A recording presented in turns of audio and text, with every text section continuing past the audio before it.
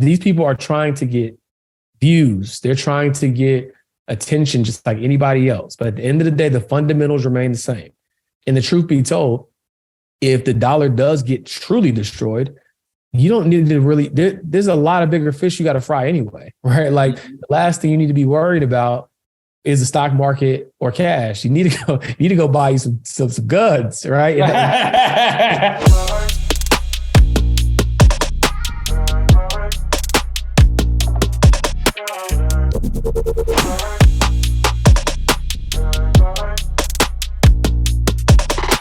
What's going on, guys? Welcome back to another episode of the Melanin Money Show. How y'all feeling? How y'all feeling out there, man? We been dropping some heat on y'all, some sauce on y'all, man. How y'all feeling? Carter, what's up, man?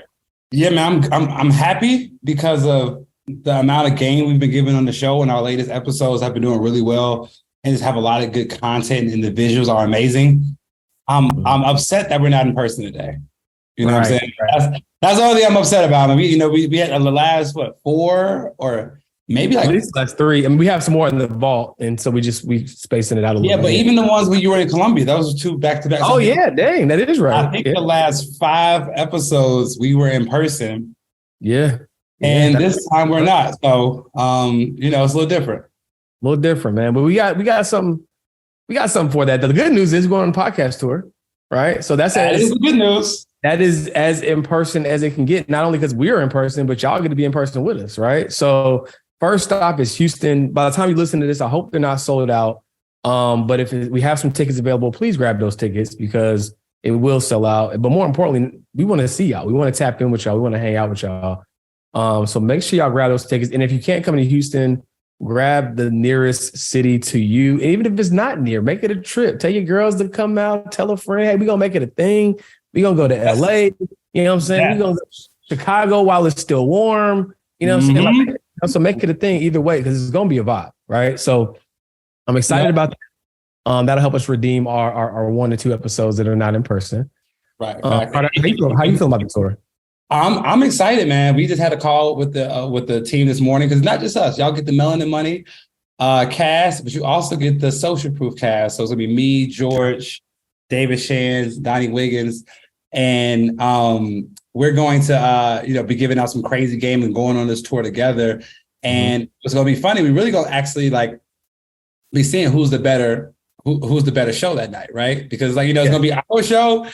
It's going to be their show. We'll let the audience decide at the end of the night what the better show that stop was. You know what I'm saying? Why not have a little friendly competition in it as well? So again, the more y'all that come out to support us, the better. And if you want to grab your tickets, if you're listening, the website is proofandprofits.com. That is proofandprofits.com. You can see the cities that we're going to. Grab tickets to the closest city near you. Tickets are selling out fast. And if you get a VIP ticket, not only do you get to come to the show, not only that, but you get to come to dinner with the gang. That's right? You get to come to dinner with us, you get to mastermind with us, you get to eat with us and just ask us your personal questions. So it's very few seats for VIPs because it'll be super intimate. So again, y'all, if y'all want y'all tickets, go to proofandprofits.com. Big facts. Of course, we'll link that in the show notes. Lots going on. So we're going to go through some current events before we get into today's topic, just to, catch up, make sure y'all are tapped in on everything that's happening. So Zuckerberg's going crazy. And, you know what I'm saying? Oh, my God. All money in. So he's getting, he's grabbing all the bags. So not only did he cancel the Reels bonus, but they also launched the paid verification, right? So Instagram, Facebook, and I tweeted listen, I be trying to give y'all the plays, and I be coming with the receipts, right? So if you tweet, I need you to text me too, okay? Don't expect me to go to Twitter. You tweet it, then you text me, okay? Fair enough. Because here's what happened, right? It was October 27th. I saw the noise that was happening with the Metaverse. I was like, okay, let me go look at Meta's balance sheet. I was like, oh. Everything is everything, right? They Gucci, right? I was on 27th. The 28th, the news jumped all over it as they always do. Bad news. Facebook is doomed. It's a landslide, blah, blah. And some other, people out there who I respect, they also said Facebook was doomed, but listen, you can't win them all. You know what I'm saying? And so I tweeted at the 27th, and the 28th article came out. Then just, I think earlier this week, or was it last week? Earlier this week, I was like, well, look, let's look what happens. Let's look what happens when you actually read a balance sheet. And Meta, it was up 60% year to date, right? From the stock or their revenue? The stock. The stock is up 60% year to date? Stock is up 60% year to date, right? So it's like, if you just know how to read a balance sheet, this is really not rocket science. But, you know, what can you say? You know, what's the meme? What's the meme? You know it's actually crazy. I remember when the stock dropped like 20% in a day. I was actually in Colombia with some friends, and I doubled down because I was like this: if Facebook and Instagram go out of business, we got bigger problems. Right. You know what I'm saying? So I just doubled down. You know, I'm like, I could be wrong, but I'm gonna have a bigger problem than this extra, you know, 20. I think it was 20 grand. I'm about to put in this stock, and thank God it worked out. I didn't even know it was on the year to day. I knew I checked my Roth IRA balance. I'm like, what happened? But that's why. Okay, cool. Bet. Yeah, we're basically in bull territory, generally speaking, with the market in general. You know, tech got beat up. Tech got annihilated last year. Yeah. But it's rebounding. So, you know, things are looking well, at least for now. So we hope, right? Yeah. What else we got? Elon. Well, before that, I do want to hop on that because it's so much value in what Mark Zuckerberg did, because Instagram, think about this, Instagram has been around for 13 years? Since 2000. Well, I got on 2012. I think I've been on since 2010. So yeah, about 13. I would say about 13 years. Yep. Mm-hmm. About 13 years. Yep. He never asked for $1. Mm-hmm. 13 years. From the end consumer. That's whoever can delay that ask. The longer you delay the ask, the more money you make. That's the ultimate jab, right hook, right? Knock your ass out. Jab. When he came with that right hook, they're now, I think Meta's up. They have $600 million per month in subscription already. If I'm not mistaken. I mean, let me just double check. I saw a stat the other day, and I could have sworn Meta verification. But yeah, I think they're up 600 million a month. Some crazy number. But it's only $14, but they had to have billions of users. So I just want to like harp on the longer you delay the ask, the more money you ultimately make. What's going on, guys? My name is George Acheampong. I'm Jacqueline Shattuck. And I'm Carter Cofield. And we are the founders of Melanin Money. And the reason why we started Melanin Money is because we know that there's a great disparity when it comes to building wealth among people of color. We have a tremendous mission that we want you guys to join, right? Every single year, we want to help at least 1,000 people improve their net worth by $100,000, which will create $100 million of new Black wealth every single year. Can you imagine $100 million of new Black wealth every year? As it stands right now, for every $1 that a white family has, a Black family has a mere 10 cents to match that dollar. We want to increase the wealth in the Black community so that we can have equal opportunities. Simply put, we're about closing the wealth gap, and it starts with you. So, see you inside. Right. And we did an episode a while back, probably a month and a half ago, right, about customer acquisition, right? So it's like, of course, we're free users, right? But Instagram, Facebook at the time, they had to spend money to develop the platform and obviously, market to acquire users. But look how that shapes up when you have the economic stamina to do it. Now, granted, of course, there's context there. They're a venture-backed company and gotten tons of money and funding, but there's still things you can take away from that in your own business, right? It's like, I'm gonna give you a real practical one because that's like on the highest scale. Here's a real practical one, right? Let's say you want to come out with a new product or service, whether it's an ebook, a course, physical product, or whatever. What I want you to do 90 days leading up to that drop, just give away high value game, and people are gonna start asking you like, "Yo, like." So let's say you're a chef, for example, and you just every day you on there with a new recipe. Yo, when you dropping a cookbook, every day, just new recipe. When you drop that cookbook, listen. You follow what I'm saying? They're going to feel so indebted and so obligated, right? So, but the thing is, and I told Carter this a long time ago, it's like, and we can tell y'all on this podcast because we like to give y'all the insight to the game, but it's like, you know you're going to drop the cookbook, right? But people feel like they're being invited into the decision-making process. I'm thinking about dropping a cookbook. I mean, hey man, y'all been asking, y'all really, hey, look, man, 15 people asked me to drop a cookbook. If I drop it, I really support it. Of course. Meanwhile, the cookbook, the visuals is done, the recipes is in there. It's already at the printing press, right? That's a bar. I'm telling y'all, just drop value and then invite them into the decision-making process, even though you already decided, right? Low key. So that's a hack that you can do. Just overwhelm people with value, right? Give first. It's the law of reciprocity. It's not rocket science. It's stuff that we've all heard before, but sometimes we forget. It's like they say, work with it. What's the saying? It worked so well, I stopped doing it. Yeah. Right. So Zuckerberg is not playing with y'all. He's not playing with y'all. He's getting his coins. Now, I did subscribe because I get, 3 new fake pages a week. And, so I was like, maybe this will help. Now I appreciate when y'all DM me and let me know. I do appreciate it. But at a certain point, it's like, bro, that's not me. I'm hoping if y'all got scammed, that's on y'all. I can't send you that money back. Matter of fact, it hit me one day. It was probably about 6 months ago. Somebody tagged me. It was like, scammer. I'm like, what? I ain't never scammed nobody out of nothing. It hit me. I was like, she done sent somebody some money. I'm sorry, sweetheart. Sweetheart. It ain't nothing I can do for you. But shout out to Zuckerberg, man. All money in, and just in general, right? People, I posted something. Matter of fact, on that same post, this dude, he posted his laundry list of reasons like why it was out of touch. He's like, this is corporate greed, and they laid off 10,000 people, and blah blah blah blah blah. I'm like, okay, listen. You get paid for the value you bring to the marketplace. My wife works at Facebook. Okay. She didn't get laid off. Okay. Because the Facebook holding the Achapong home down. You know what I'm saying? You get paid for the value you bring to the marketplace. Right. So, but again, all jokes aside, anybody who has been impacted by the things that happen in the economy, this is not me marginalizing that, because I understand that can be tumultuous. You got family to feed. I understand that. But at the same token, as an investor, investing is objective, and so is business. If I have to cut off my arm or cut off my hand to save my arm, that's what I'm going to do. That is what business is, right? It's not going to be pretty and a bed of roses all the time. Sometimes you got to make tough decisions because you have a social security number. The business has a tax ID, right? The same way you as an individual need things to thrive is the same way the business needs things. So it's not personal.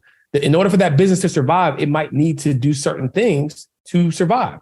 When women have children, sometimes if the woman isn't eating enough or they're consuming the right nutrients, the baby is still going to extract the nutrients it needs to survive from that from the mom.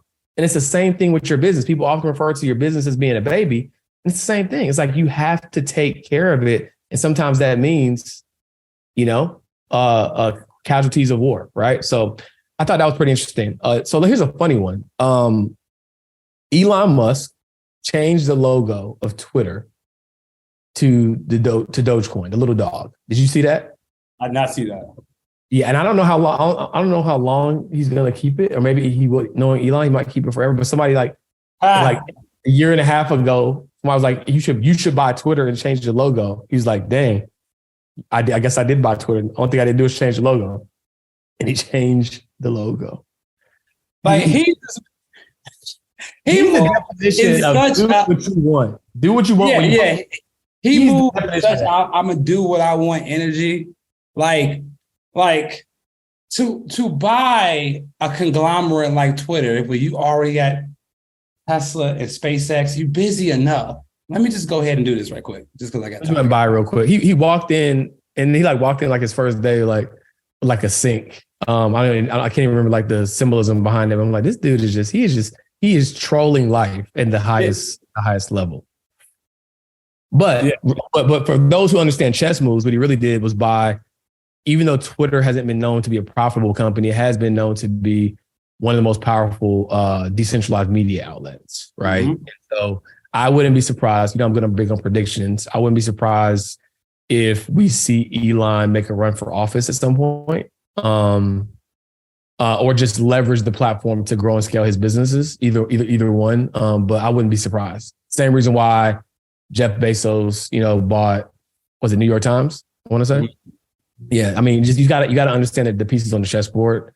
But I wouldn't be surprised, right, if we see one of those two things happening. Another thing that's important. So by the time this airs, I will be another year older, right? I'll be another year older. So I had kind of a thought about that. I went because this week I went to go get a massage. Carter, do you get massages? I have never heard you talk about massage. She comes on Saturdays. Oh, it comes on Saturday. Okay, cool. Yeah, so I got a 90-minute massage. I got a facial. And it just reminded me, I was like, fellas, y'all got to take care of yourself, man. I was like, fellas, don't leave it to the lady. Like, here's the thing. Now, granted, me and Carter are blessed with being some handsome young men, right? But fellas, we ain't got a whole lot of options, right? Women, they got makeup. They got wigs. They got weaves. They got some stuff they can do to spruce it up. Men, all you got is haircut, and hopefully you got some money. That's the only thing, because money make everybody look good, right? But just take care of yourself. You know what I'm saying? Go, it's, of course, including working out as well. But like, get your massage, get your manicure. Don't skip out on your haircut. Try to stretch it out. A haircut is an investment. It's a business owner, not an expense. Because when you look good, you feel good. When you feel good, you play good. And when you play good, you know what I'm saying? So get that haircut, get that massage, and even get a facial once or twice. You know what I'm saying? Take care of yourself, man. Just wanted to drop that on y'all. And Carter, I got a question for you, bro. Because we just left the Social Proof podcast. It was a vibe. It was controversial stuff that happened on there. Stuff that happened. Do you know what a passport bro is? I follow the page, the Passport Bros. I didn't know it was a page.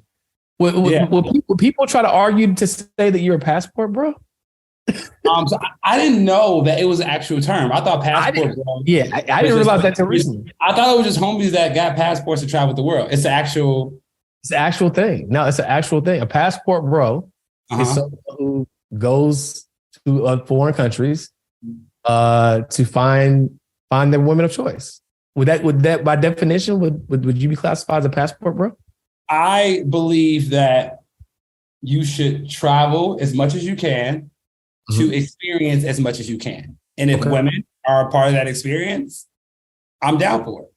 My man got some media training the last 2 weeks. But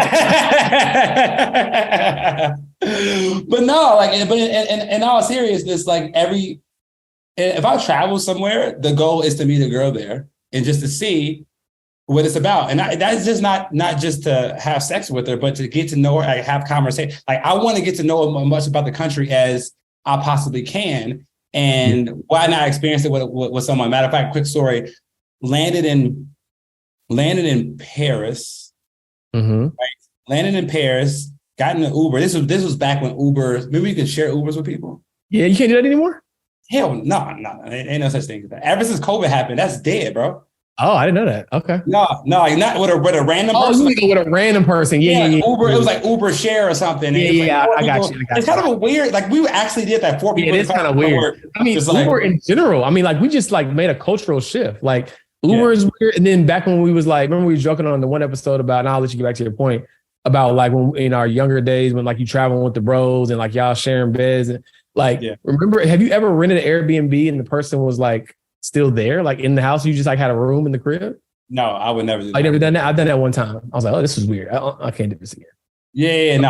Yeah. But I say that to say that's a cultural, Airbnb, 15 years ago, if you say, yo, man, I'm not going to take a taxi. I'm just going to ride in a person's car who I don't know, right, to the airport or wherever, or I'm going to stay in somebody's house because they got an extra room or they got an extra house. I'm just going to stay at their house. They're out of town. I'm going to just... It's not, no. That was a crazy cultural shift. But yeah, anyways. What's up, guys? Congratulations on joining Team Blackwell. But we'd be remiss if we didn't give you a uniform as an official player on the team. So head over to shop.melaninmoney.com and grab your official uniform for Wealth Builders of Color.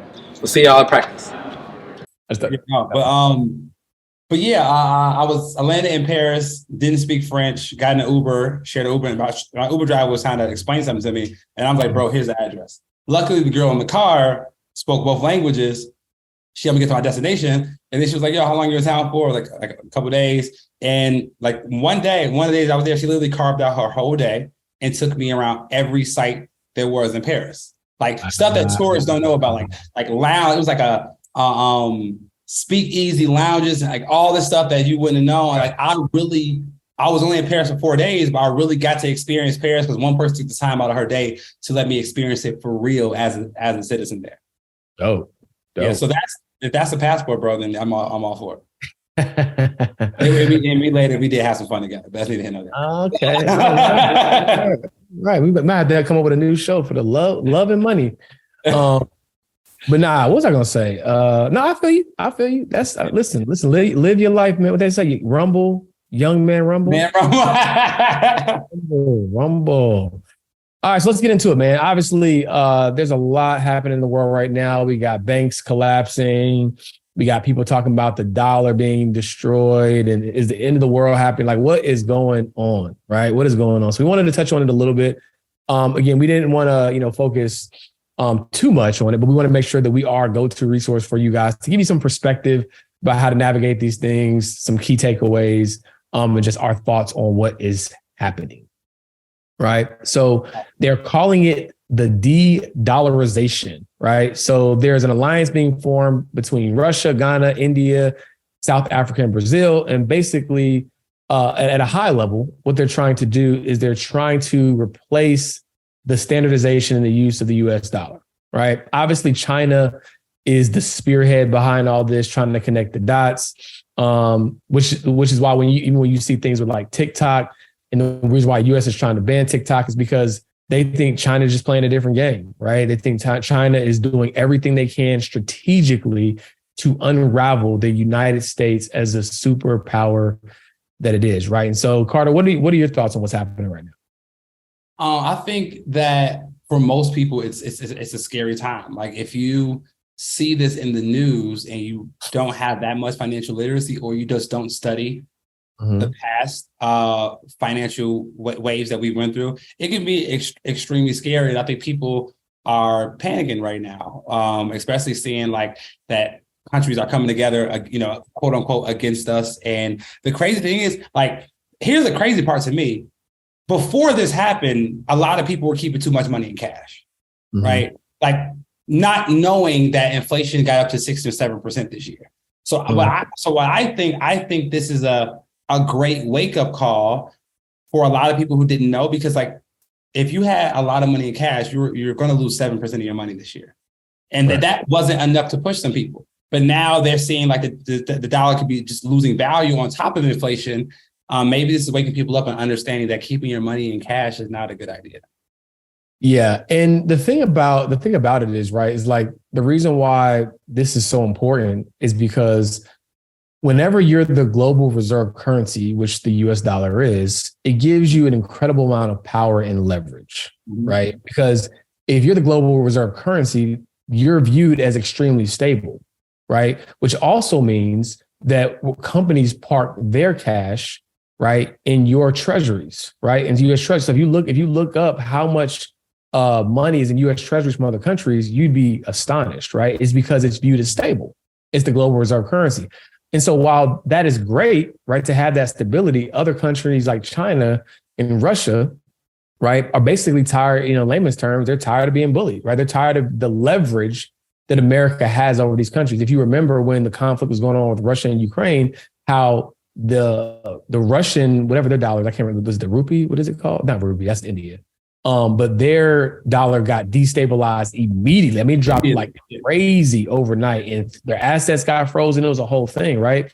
And that's because of the control and the power and the leverage and the influence that the US and the US dollar has, right? So you can imagine, right, just breaking it down on normal terms, like the homies got together. It's like, yo, we tired of being bullied. You know what I'm saying? So like, even if we're not super cool, what can we do? It's almost like if somebody is beating you up, right? They're bullying you, right? And you got people that you're not really, really cool, but if we team up, they can't beat us all. They can't beat us all. They can't beat us all, right? So it's kind of like that. Like, it's not that Russia and China and Brazil and all these companies are super buddy.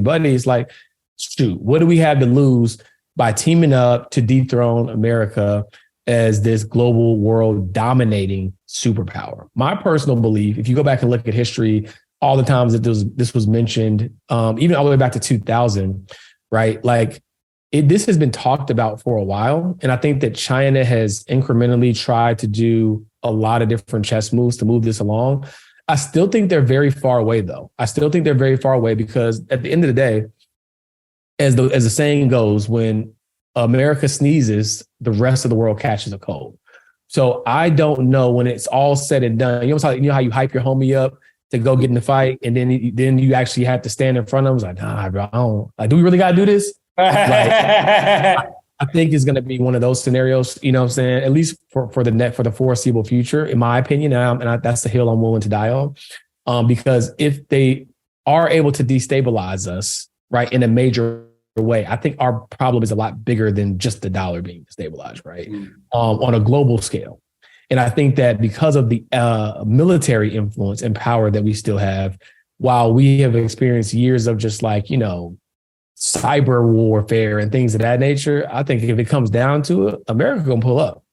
America's going to pull up. Look up all the places, all the countries where we have bases right now, right?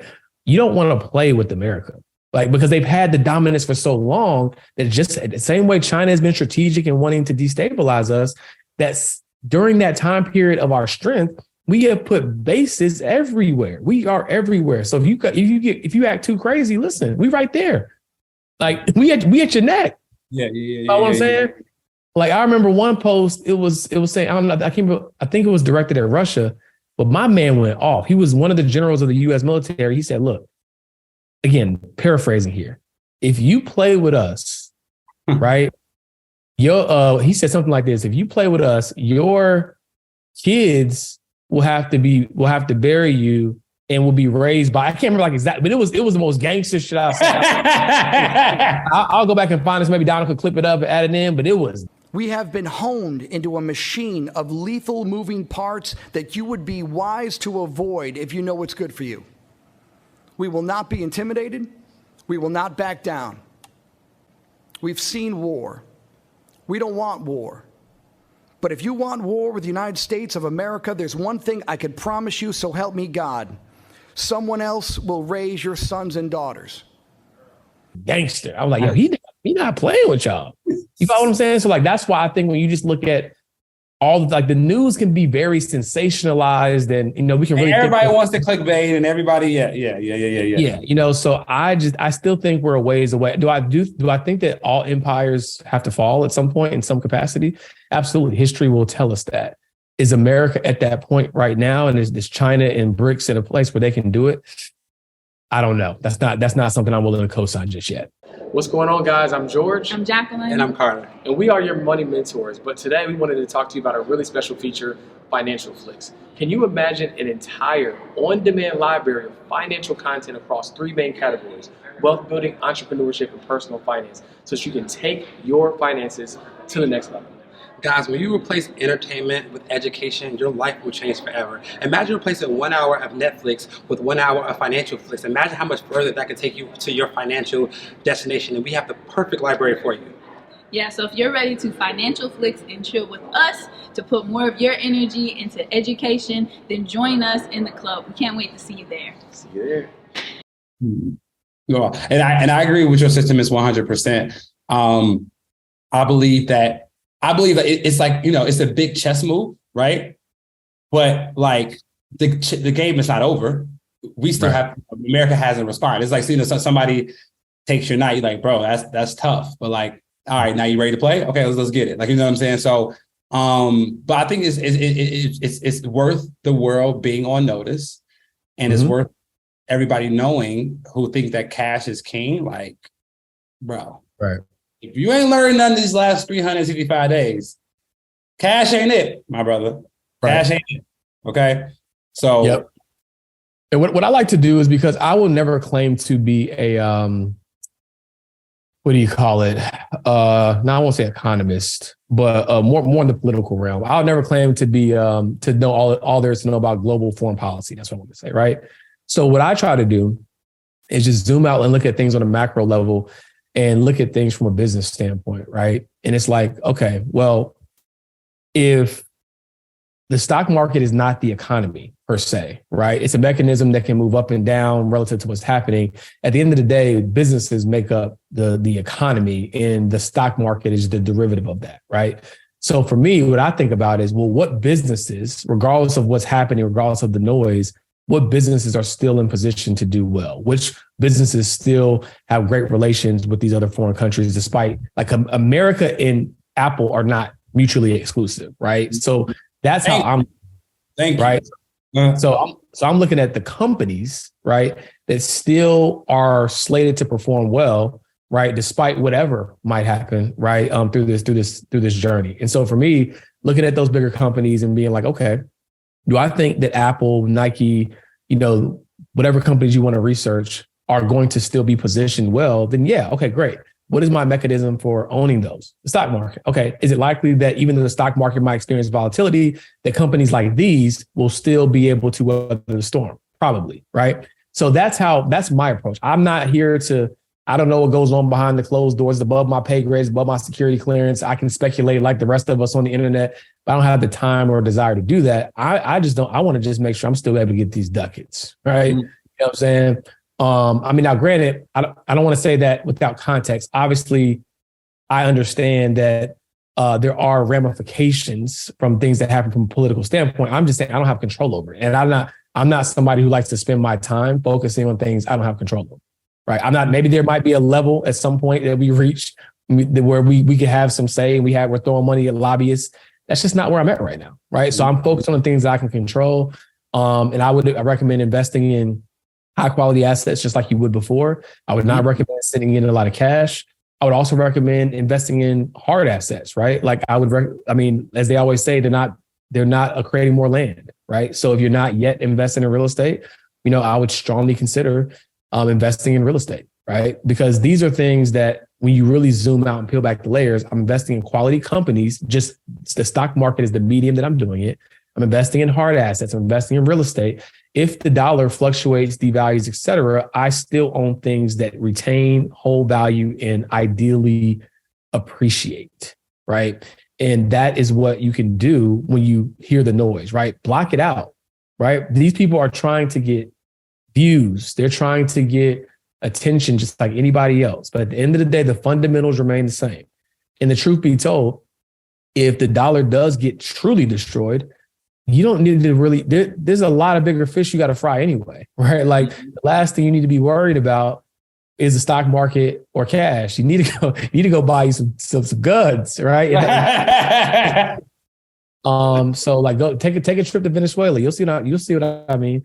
We're very, very, very far away from anything like that, right? And I just don't see it happening. So I'm choosing to not get caught up in the noise of it. From a banking standpoint, which happened, a few weeks ahead of this news, as you can see, the government is willing to do whatever they can to create stability, right? So even beyond the FDIC. That bailout happened, what, in 24 hours?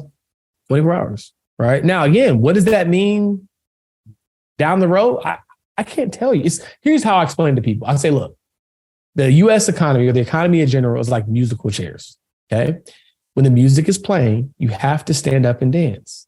Someone eventually will get left without a chair. That's the game. But the goal is while the music is playing, you stand up and dance. And if it stops, hopefully, you were quick on your feet. You can get your chair, sit down, and we understand that somebody is going to be left without a chair. But you can't just sit down when the music's playing. Right. If you were to sit on the sidelines every time there was bad news in the market over the last 15 years, how much money would you have missed out on by worried about the bad news? Right. COVID alone. Right. If you saw coronavirus, I'm pulling my money out, not putting it back in. How much money would you have lost from March 2020 until now? Right. It would have been ridiculous. So. And to that point, like, this is the Melanin Money Show. So we're not here to talk, we can address politics. We're trying to teach you what to do with the money with all that's going on in the world, right? And when you get your money right, then you can change politics, right? Like Didi said, everything revolves around money. You want to fix hunger? You need some money. Right. You want to deposit? You need some money. So we're here to teach you what to do in this economic time when it comes to your money. So one of the things I would say is, I guess, here's the quote unquote good news, right? When things were going well, banks weren't giving you any type of interest. You get 0.0000% interest rate. Now you can go to the savings account and get 4%. But the only reason they're doing that is because inflation is at about 6%. So you're still going to be losing money by putting your money in cash. So I think that my advice to people, keep enough money in cash to cover your emergencies.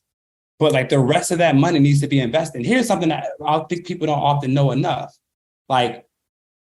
I leverage my Roth IRA as my emergency fund because when you contribute money to a Roth IRA, most people think you can't touch it, right? You can't touch it. So if let's say I put $6,000 in a Roth IRA for 10 years, right? Let's say it grows to like 120,000, whatever, right?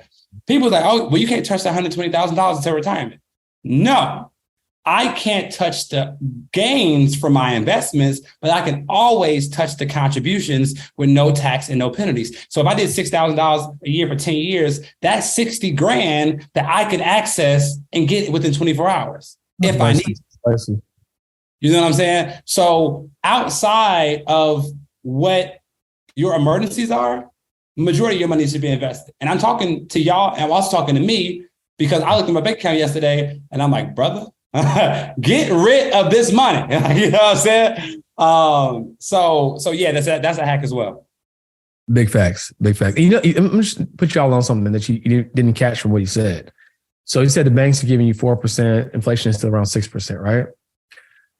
When banks were giving you basically 0.001%, what was inflation? It was 2%, right? So you're still losing about 2% of your money. Banks giving you 4%, inflation 6%, still losing about 2% of your money, right? So it's like the bank's gonna always win, which is why we teach y'all to become your own bank. That's another episode for another day. Have we done it? Have I gone in on an episode really like giving them the sauce on that? Maybe I have to go in on that. I don't know. I can't remember. We did it inside the Melanin Millionaire Club. We did inside the club. Yeah. And I keep updating the sauce. I keep learning more stuff and just blowing my mind. But yeah, guys, become your own bank, right? That's the real sauce, right? Become your own bank. And then I ain't worried about a lot of the stuff that's going on right now.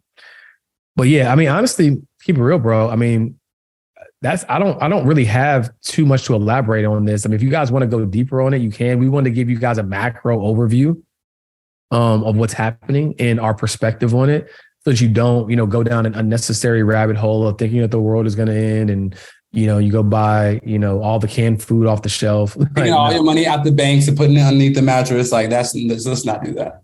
Let's not do that. So hopefully that was helpful, guys. And yeah, just like be aware of the news, but don't get lost in it, right? Mm-hmm. Don't get lost in it, because at the end of the day, I remember the only time I had, and I like the news on a lot was at the beginning of COVID when nobody knew what was going on. I'm just like, yo, like, I won't say I regret it. I think everybody had the news on, but it just reminded me of how like negative the news cycle is, because that's just how they work, right? Like that's how you pay it. CNN stands for constantly negative news. For real. Yeah. And we're here to give y'all positivity. We're here to give y'all game. We're here to give y'all actual strategies you can implement to take yourself and your family's finances to the next level. So with that being said, this was another episode of the Melanin Money Show. And before you leave, like, subscribe on whatever platform you're watching on. And equally as important, go to proofandprofits.com to secure your seats to the podcast tour. And we'll see you all there. Big facts. And if you want to tap in with more cities, hey, listen, it's a tour for a reason. Each city's going to be different. So we won't let you down. We're not like the comedians, who take the show on the road and do the same show everywhere they go. It's going to be a different show every city. So pull up on us. Peace.